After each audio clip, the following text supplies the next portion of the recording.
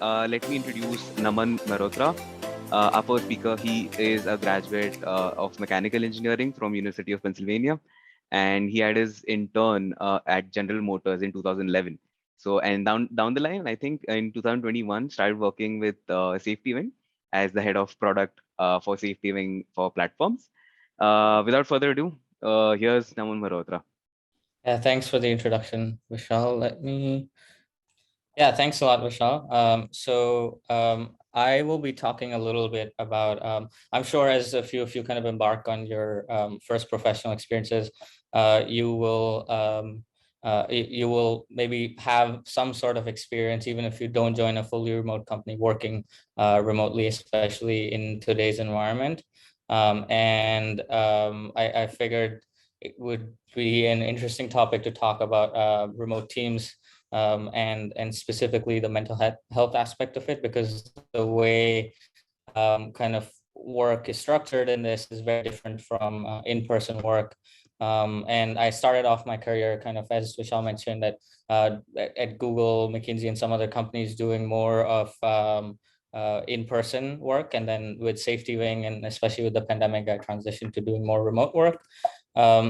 So just a little bit of background. I grew up as a child to expat parents, moving around, kind of even before university, or throughout university. I'd lived in 8 countries already. And I got super excited by the prospect of remote work, because it provided me with the flexibility to kind of be closer to loved ones and work from wherever I wanted. And an example of this is, like, I'm usually based out of New York, but right now I'm calling from my grandma's place in India, and I've spent 6 weeks with her, and this hasn't happened in probably over a decade. And so I'm very grateful for the opportunity to be able to do that.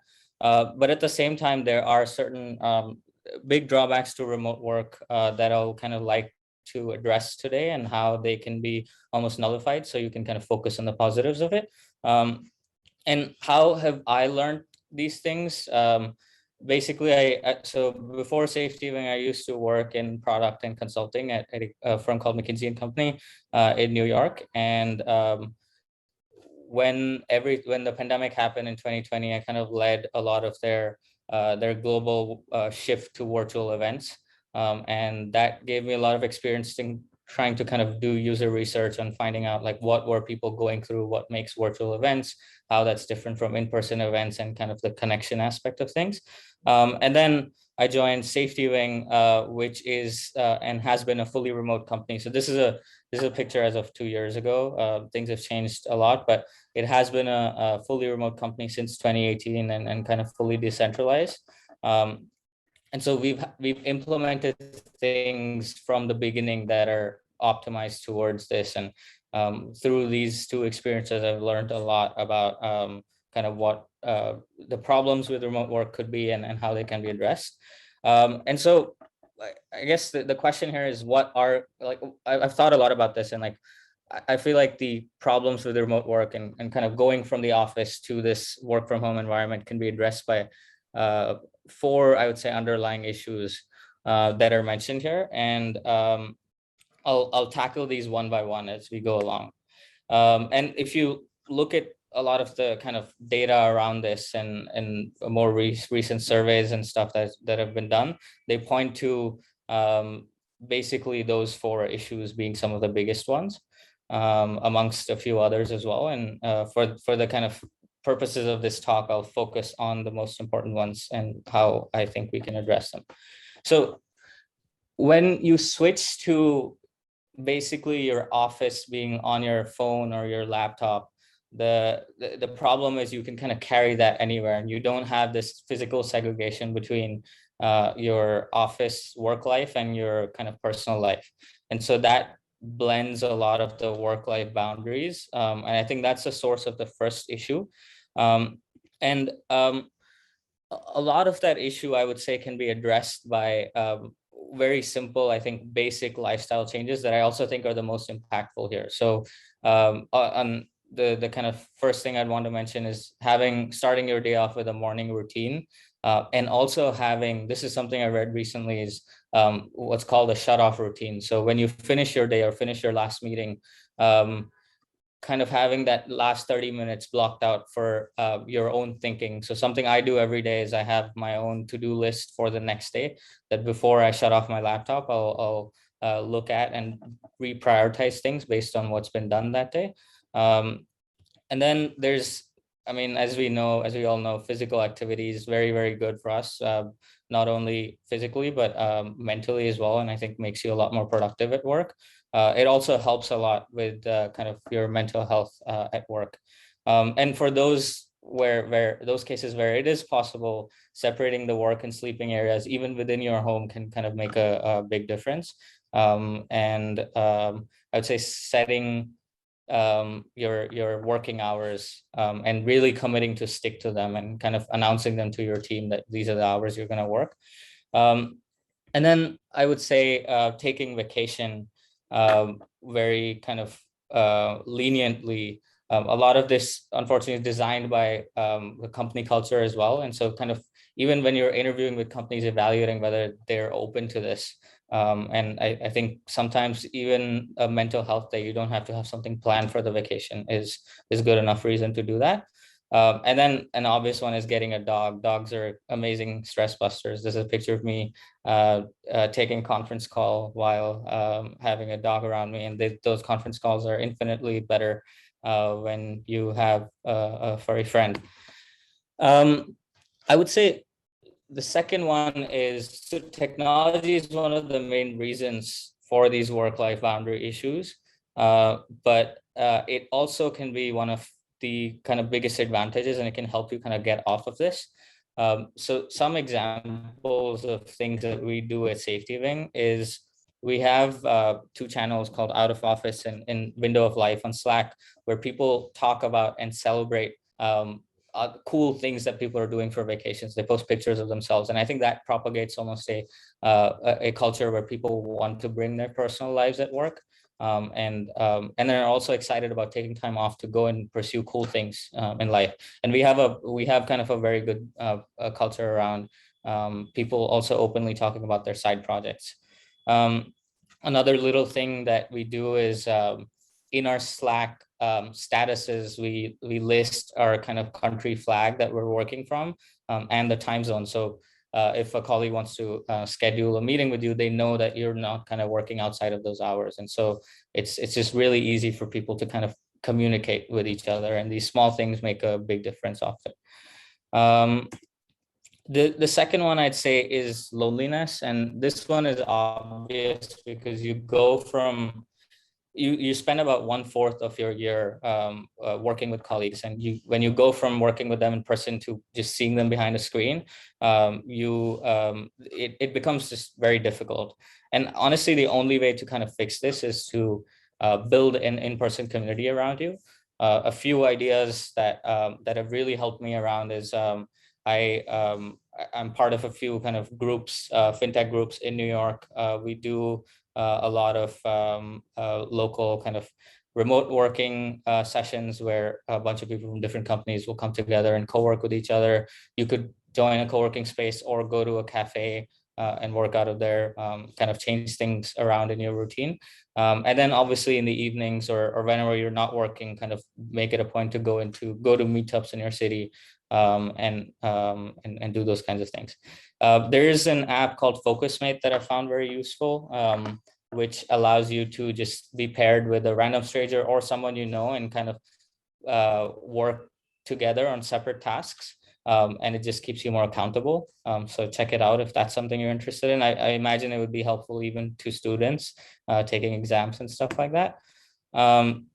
Then I would say kind of an extension of that is a lack of connectivity to the team and the company.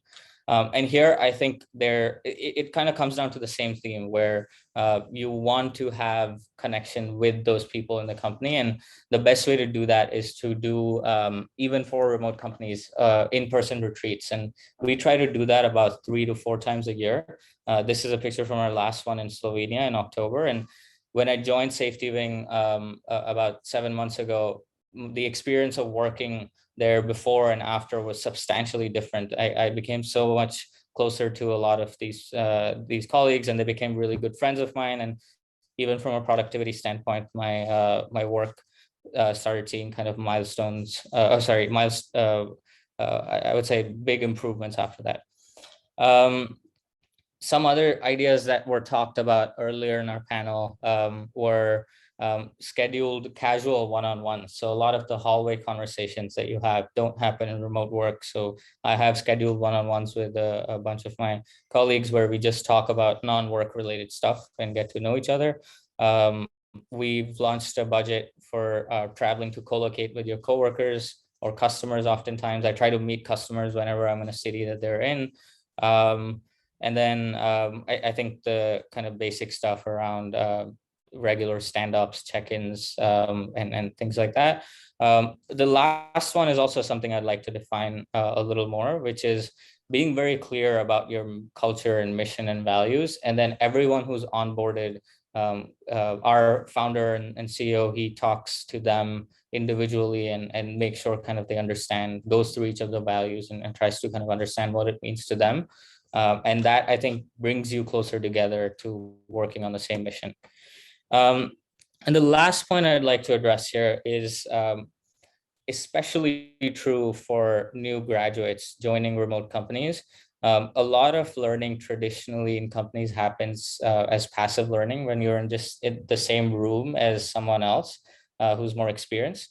And when companies transitioned over the last 2 years that were traditionally in the physical working model, in-office working model to remote work, they didn't kind of set up processes to account for that. And so when I was at McKinsey, for example, the experience that a new graduate who joined in 2020 had versus someone who 2018 had was vastly different. And they saw a lot less value in how quickly they were able to grow.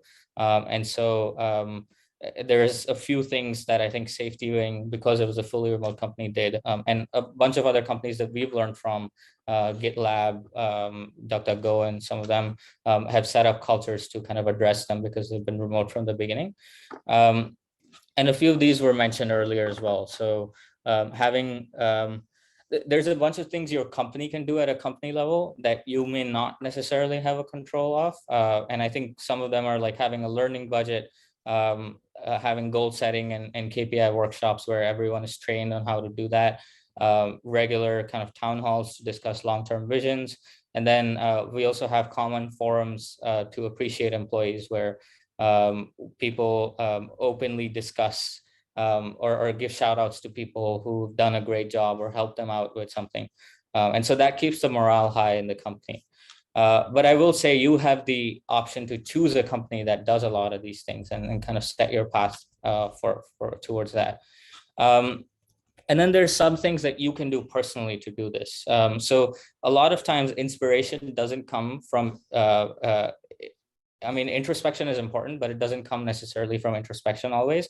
So read things that you're interested in, talk to people, go meet people in your city who are working on different things that you find cool. And you never know when kind of inspiration will strike you.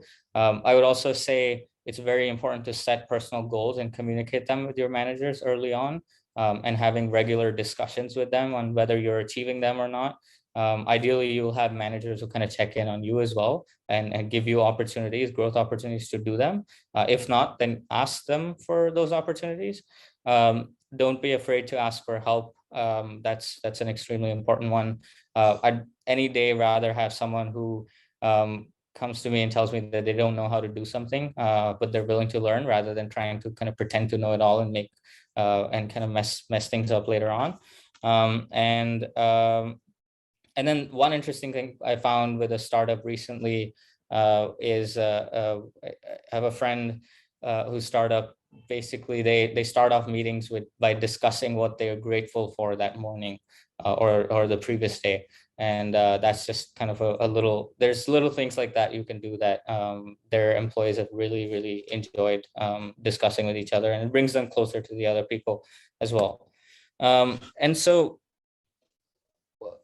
just to summarize, I kind of discussed a few of these things, and hopefully you'll at least take like a few kind of nuggets from that and find it useful as you start your professional journey. one thing I'd like to highlight is at the end of the day, you might join an organization that's not doing a bunch of these things, but you should know that you have the power to change things. And you can kind of go in and implement these ideas and try to push for these ideas to happen. And a lot of you might start companies or kind of be independent workers. So just incorporating these into your own ventures, I think can make a pretty big difference, both at remote and non-remote companies. So I think that's all I had. I'm open to any questions that that folks have. Thank you. Thank you so much, Naman, and definitely great insight on behalf of SafetyWing, and also how important mental health is, right? And how typically you should deal with it and not be like, shy, not be shy about like, addressing your problems. Thanks a ton actually for that. So, everyone, our second speaker is graduates of arts from Taylor University. She had her intern at Crow, Howard, Malaysia in 2014. And down the line in 2021, started working with Capbay in the capacity of People and Leadership Development Manager. So here's Chinai. Hi, thank you so much, Vishal, and thank you, Fosco, for having me. Hi, guys. Hello, everyone. So happy to be here with you guys today.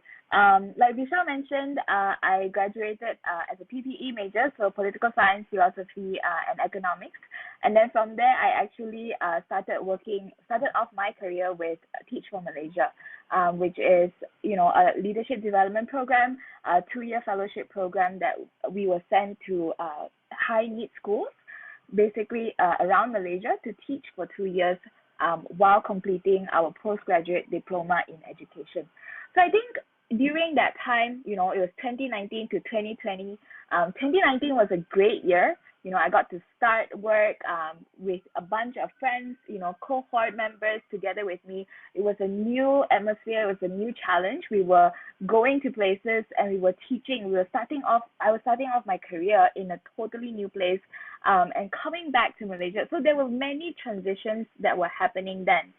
Now, then I thought that, by 2020, for sure, this is my second year of my fellowship. I'm going to be awesome. I'm going to do great in my second teaching year. As a teacher, they always say that the first year of teaching, you're basically learning, and you're trying, and then you're failing, and then you're trying, and then learning at the same time, right?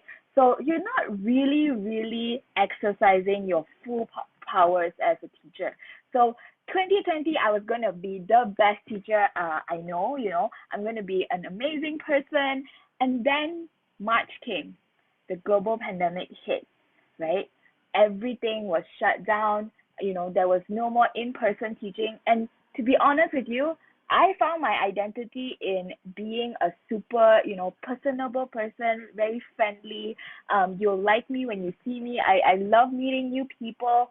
So imagine being locked down, right? And then having this bunch of students that you're responsible for, and just really feeling the crush of like those responsibilities, the pressures of needing to be a good teacher, needing to be a good person, right? Some of my students they face economic hardships, and so what are we to do with that, right? So I think with the pandemic, I felt like I was navigating a whole new career change, right? Not only is it a totally different way of teaching, it's a totally different way of being, it's a totally different way of measuring success as well. And I think from there, I realized that, I actually enjoy coaching. I enjoy individual sort of mentorships. Instead of one versus so many people, I realized that I actually have a gift in individualization, in talking to people, in coaching people, and working with them on a one-to-one basis, or at least on a smaller group ratio, right? Because in school, I was teaching 200 students at one go, right, in different classes, but basically I was in charge of these many students already. So I think in 2020, I finished my fellowship. And then in 2021, I started a new career. So I started my new career with Capbay only in 2021. I started as a people and leadership development manager. And so today, I would like to talk to us a little bit more about navigating the start of your career during a pandemic.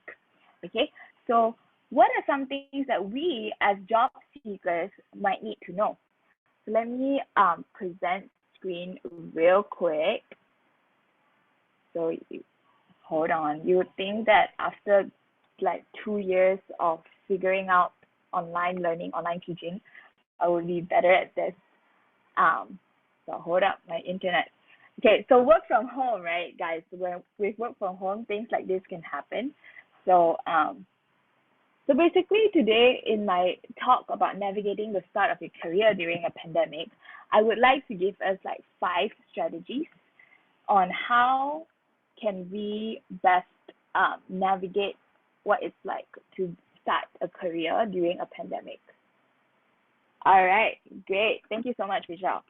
All right, the first strategy that I would like to talk to us about is the first strategy that I'd like to talk to us about is context, right? So as you're starting your new career, whether in your country, whether it's already fully, in person or it's hybrid or it's remote, one thing to really understand and to really keep in mind to know as you start your career is what is the context in which you're entering into? What are the people like? What is your company like? What is the company culture like? And then what is the history of your professional environment? And what I mean by that is, as you enter into an office, who are the decision makers in your office? Who are the decision makers in your company? How does the hierarchy work? How does the structure work? And while I know we're here all like talking as startups, right? Even in a startup, there is a different kind of context. There's a unique kind of context that you would want to know about as you start your career, right? Going in, really trying to learn and sense what is the context of working, what is the context you'll be working in when you start your career, right? So what is it going to look like? The second strategy that I would say is important is patience, right?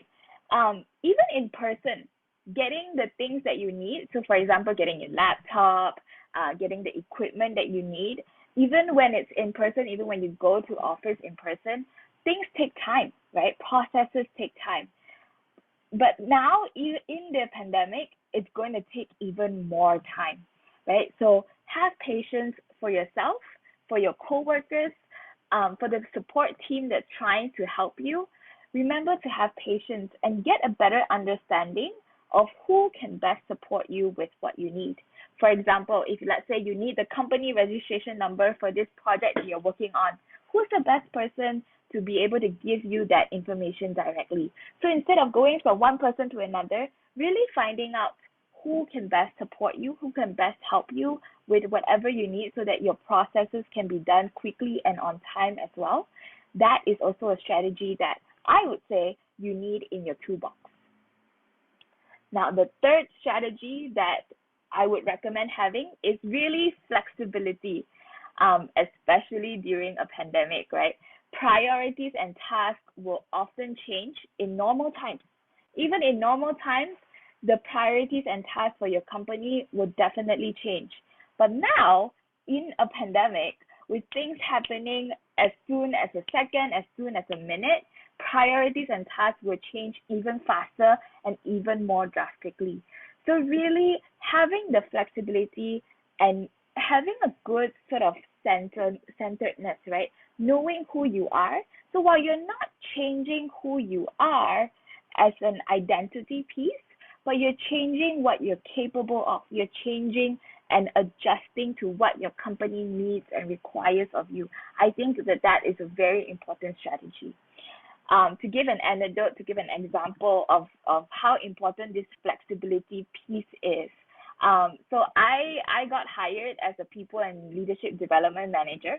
And basically something that my sort of my boss told me was like, hey, we're going to hire you, and because you're a teacher, So, you have this sense of, I want to develop people, I want to mentor people. So we're going to hire you as a good cop, right? So you are going to be in charge of making sure that people perform to their very best. You're going to coach them as they are, and you're going to coach them to be the best sort of employee and best co-worker that we can have. And we actually also have had hired another performance manager.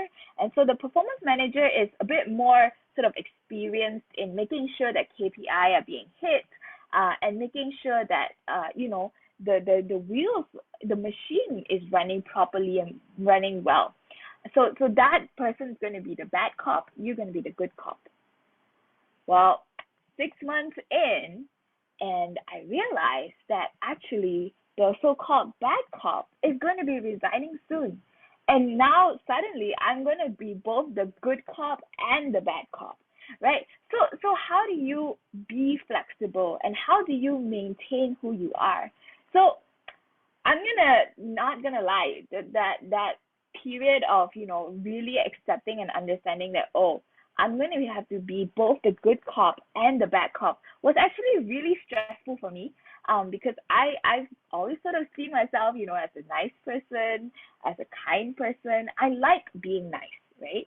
So now suddenly, like, I have to be not as nice. How does that work? And I think one thing that I would sort of share from my own learning and my own experience is that you don't have to change who you are in order to fulfill a task that you've been given, right? So I didn't have to be mean. I didn't have to be nasty to tell someone that they are not performing well, right? I can still hold on to who I am as a nice person, as a good cop, right? As someone who really looks to nurture and looks to coach someone, and really share with that person and say, like, hey, like, I've noticed that these are some of the things that are not working in our company for you. So how can we work together and make sure that you are working at your optimal best, right? So that also means flexibility. That means really understanding yourself and then moving forward in a way that serves both yourself, your colleagues, and your company at large. Next, I would say that communication skills, that was something that was shared by all of our panelists just now when asked about, what is the skills that you're looking for in fresh grads. Communication is so important, especially now during the pandemic, where, like mentioned just now, the sort of face-to-face and side-by-side asking for help is not quite as possible anymore. Really being proactive with your communication is so important. And I really appreciate what the previous speaker mentioned just now about, really articulating your limits, your boundaries, and really keeping to them, right? Communicate your limits and your needs. Because, spoiler alert, no one can read your mind. Absolutely no one can read your mind, right? So really learning to communicate those in a respectful way is going to be super important. Last but definitely not least is relationships. Establish a productive, positive, and vital network of supportive colleagues, right? So as you go in for your first day, maybe look around to see who's with you, who are your fellow first day people, right? And really, get to know them. Even if they are going to be working in a totally different department, get to know them, learn together with them, because more likely you're going to be on the onboarding process with them. So really get to know them, befriend them. Down the road, I'm pretty sure you'll be asking each other for some favors here and there. Relationships really matter, and relationships really make or break sometimes how you can or don't end up finishing the task and the priorities that have been given to you. And I think as someone from Capbay, I've been really enjoying working at Capbay. And during the pandemic, some of the questions that were asked is like, are you all working remotely? And as I mentioned, that relationships are really important for us. So we have actually set up a space at our Gather Town. I don't know whether you guys have heard of it. It's Gather Town, and we basically made it into like it's a stimulation of our office, our physical office. So this is like the rooftop area that we've created, where we got to sort of celebrate a project launch. And then the picture on the right is a scavenger hunt that we did for our Capbay's fifth company birthday. So we just celebrated our fifth birthday, and this was a scavenger hunt that we did. It was like an inter-team sort of competition, grabbing things that are in your household. So yeah, that's all for me. Thank you very much for giving me this chance to sort of share with you guys. Back to you, Michelle. Amazing, Janai. And in fact, the topic that you have discussed today is, I think, an underlying thought which everyone, all the graduates and early career stage job seekers have out there, but not really, they really don't know how to, maybe answer for themselves or find an answer to. So thanks, Ran, for giving an insight on that. Now we'll move on to the best and the most exciting part, the Q&A. A lot of people have asked a lot of questions, so I'll just start right away. Please feel free to answer if you and then followed by anyone who else would want to answer that question as well. So this question is from Arya Bora. Uh, he says, "Hello, I was wondering if you guys have any advice on how undergraduates can make themselves stand out to be able to get an internship. So would making some fintech related coding projects help?" I think that's a good question, Arya. I think I don't know if I do look at side projects as something that's very kind of meaningful, but generally, if you're interested in a topic, I think most of the panelists here would agree that they would more look at like what have you done to pursue that interest, whether that's building a side project or going and finding opportunities to work at a company that does that, or intern at things. So that I would say is like the number one priority. So if that is fintech, then building side projects, I think certainly is very useful, because it will teach you a lot, just the process of doing that, and you'll be able to talk about that experience. And then the second one I would say is in college, I think I underrated the opportunity to almost have that trial and error experience. I think internships are a great way to be able to just, if you have like a bunch of different areas you're interested in, just do one internship in like a certain field, another one in a certain field, and obviously you'll get more opportunities like that later on in life. It's not like the only time in life, but it's a very effective way of figuring out what you like and what you don't like. So just be open to trying new things, I would say. I think for us also, like it really depends on which department would you want to go into in the fintech industry, right? So in the fintech industry, there's so many departments.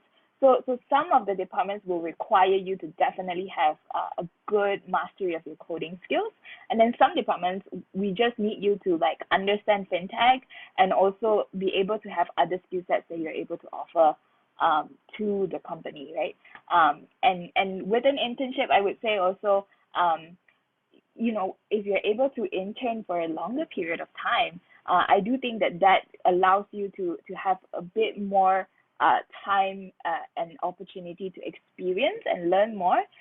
And on the employer side also, we are also more interested in interns who can intern for a longer period of time. Great. The next question is directed to Grace, actually. So it's an anonymous attendee, and he or she is they are wondering what are some of the most important skills you need in order to get into the role. You mean to me, right? Yeah. Okay. So the question was, is like, what are the things to have to get into the role? Yep. Is there any specific, because I can't find that question. So is there any specific role that the person is referring to? Not really, but maybe like say top 3 skills that the person can possess. Basically, first of all, I guess communication is still there. Like I mentioned earlier. So we need to, I'm not saying that you must be like a very good salesperson type of communication, but a decent communication skill must be there. Okay. And it depends on what kind of, like for example, internship roles that you're applying, right? So then of course the assessment criteria will be different. Okay, so I am more leaning towards like for example, if it's on the resume level, right? So then I am more leaning towards to see like probably candidates that has like that participated in events in college or even some industry events, for example. They are like, I mean, in general, I guess if I were to compare my time and the fresh graduate right now, is like they have a lot more activities ongoing. Even though industry event competition, I think I am more leaning towards to have candidates with those kind of experience. And then also, thirdly, it will be very much in terms of like whether they do have some part-time experience or freelance experience. Okay, and they are also candidates like young people like 18 years old that I met. They started their small little own business as well. So I think I need some entrepreneurial mindset of people as well. So that are the three things that I am more looking towards for a fresh graduate. Yeah. Next sort of question is, how open is your company to accept job applicants from non-crypto natives or from other background other than fintech? Apeksha, would you like to answer that? Yeah, sorry, I was like nodding very aggressively while you were saying that. Yeah, we really like people from non-traditional backgrounds, and I say that because you know, everyone that is in our customer base obviously does not have a fintech background. So I really think if you can come in with diverse experiences, you bring those perspectives to the table, and that allows us to build a better, well-rounded product. That being said, you need to learn about fintech while you're here. So I think being like completely absolved from the fintech space is not an option, but coming from a different background, I think is definitely an asset that you can use to your advantage. So I highly encourage you to apply to fintech companies if it's something you could see yourself learning more about. And yeah, and think about how your background could be specifically useful to the company. Amazing. And I'll direct this question to Dio. So there's a question from Neemade. What if the company declares the qualification of graduates from certain majors for a position? Then will the human resources team accept the CVs of graduates from other majors? So I think it's somewhat similar to a question for Apeksha, but feel free to answer this as well. Yes. Okay, so I can say that I can say in this era, everyone can be anyone that they want as long as you work for it. So when it comes to working for it, it's not only about because I can say now, yeah, the trend is whatever you are studying, there are like certain skill that probably how to call it, like they probably are going to be used in all of the work. For example, like when you do like proposal writing, you do research, you do communication. Or like school projects is actually going to be used when you are in the industry. So I can say now I think the companies are more open to any kind of background as long as, for example, you have like the formal educations or informal education that support the competencies that we need. That's why as a student, it's very important for you to also think not only about the formal educations, but taking some classes like informally, going for boot camp, doing some mentoring. And of course, if you could actually like create some passion project, this is something that you can actually put on your portfolio to show to the company. Because now I can tell you, I think like for Generation Z, they are like really love doing some passion projects, and company really love it, especially in startups, because we want to see if these people, these students are actually capable to run a project. Because in startup, as you know, the career progression is very like very easy to do. So make sure that you have the competencies that you need. So no worries in terms of the major, as long as you have the competency and relevant experiences that we need, you're going to get accepted. Right. Thanks. Another question from an anonymous attendee. What do you guys think about unpaid internship? Is it actually worthy for an undergraduate with bachelor's degree to apply? Chinay, would you like to answer that? So Capbay pays. Capbay has paid internships. So I guess, is it worthy? I think being really clear on what you want to get from that internship, and really assessing during the interview whether or not you will actually be able to get that from your internship. Because I like to say to a lot of my friends, right?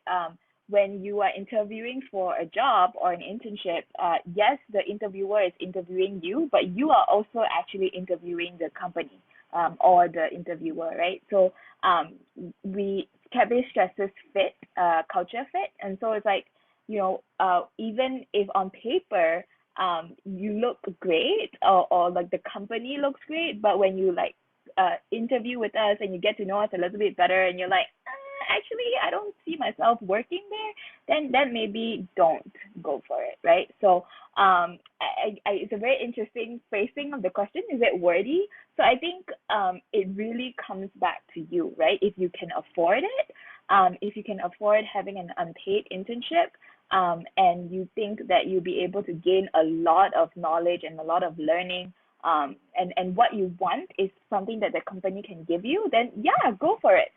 But if you answer no to any of the above questions, then I would say no, go for it. Go to a place where you can get paid. Amazing. And when I say paid, I don't mean like we pay you like a full time like pay. Yeah, like it's a stipend. So Well understood. A question I'd like to direct it to Naman actually, and a question that everyone feels a need to have an answer to. So, what is the workload like in a startup company?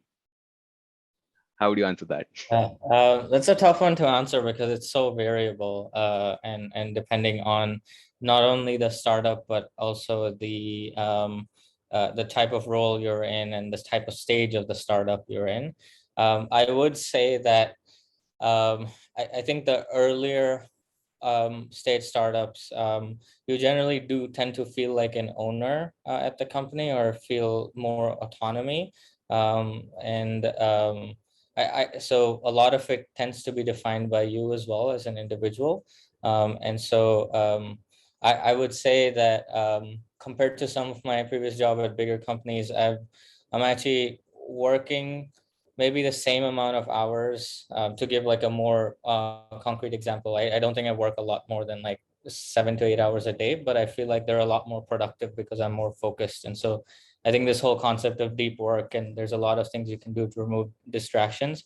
So I don't think the number of hours of workload matters as much. It's really the productivity or the effectiveness that you can gain in that period matters. And different people like to structure it different ways. I think there's one strategy that I personally like a lot, is like a few weeks of super heads down work where I'll kind of chunk my work instead of sprinkling it across the place. So I'll be very focused a few weeks and then just take a few weeks super easy and take off. So it's a very, I don't know if that's like a straight answer or what you were looking for, but it is quite variable. So it's a difficult question to answer.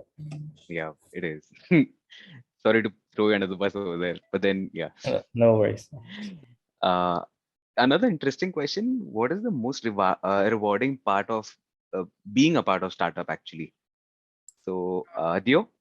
Okay, can I answer? I think this is something that I'm not sure about the other speakers here, but I think this is my second year working in a startup after like 3 years working in a very big multinational company, working for NGO, working for development bank. And I can say startup is really my thing. I think I agree. When it comes to what do you want to do in life, you really have to be so sure about it. It's very okay when you were young to, like when you were young, you still try to explore, but once you know what you want, then try to live for it.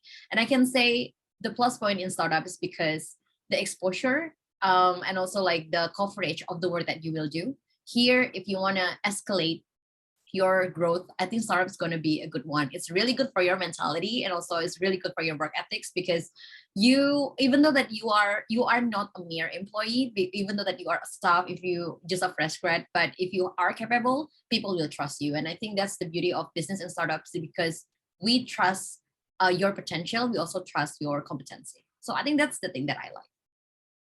Amazing. And the last question. It's quite a comprehensive one actually. So let me just read it out. It's from Abhinav Sagar. So he says, hey, this session has been very informative. There is one thing that I'm curious about.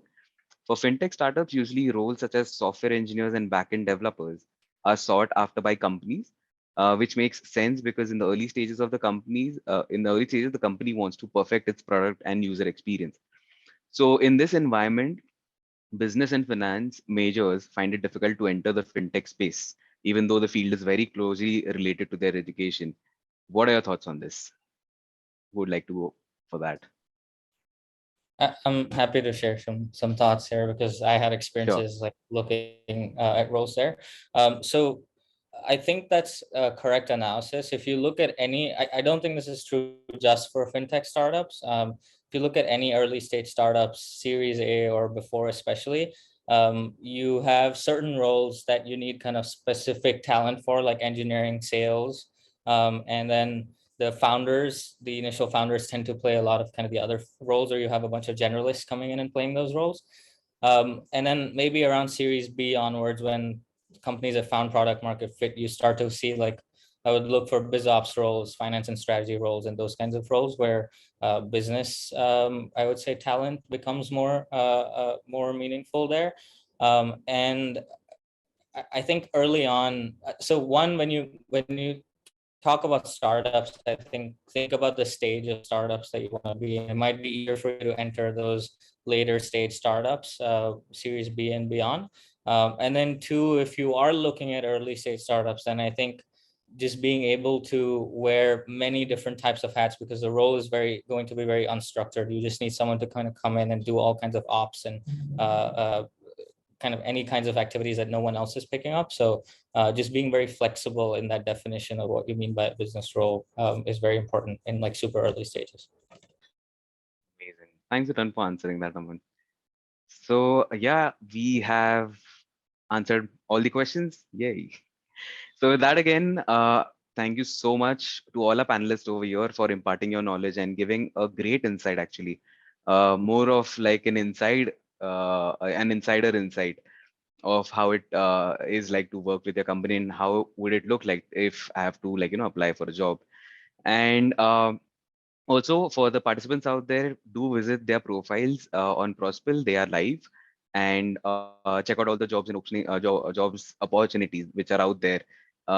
If you're fit for the role, you'll be it can be your first start in the career in your professional life.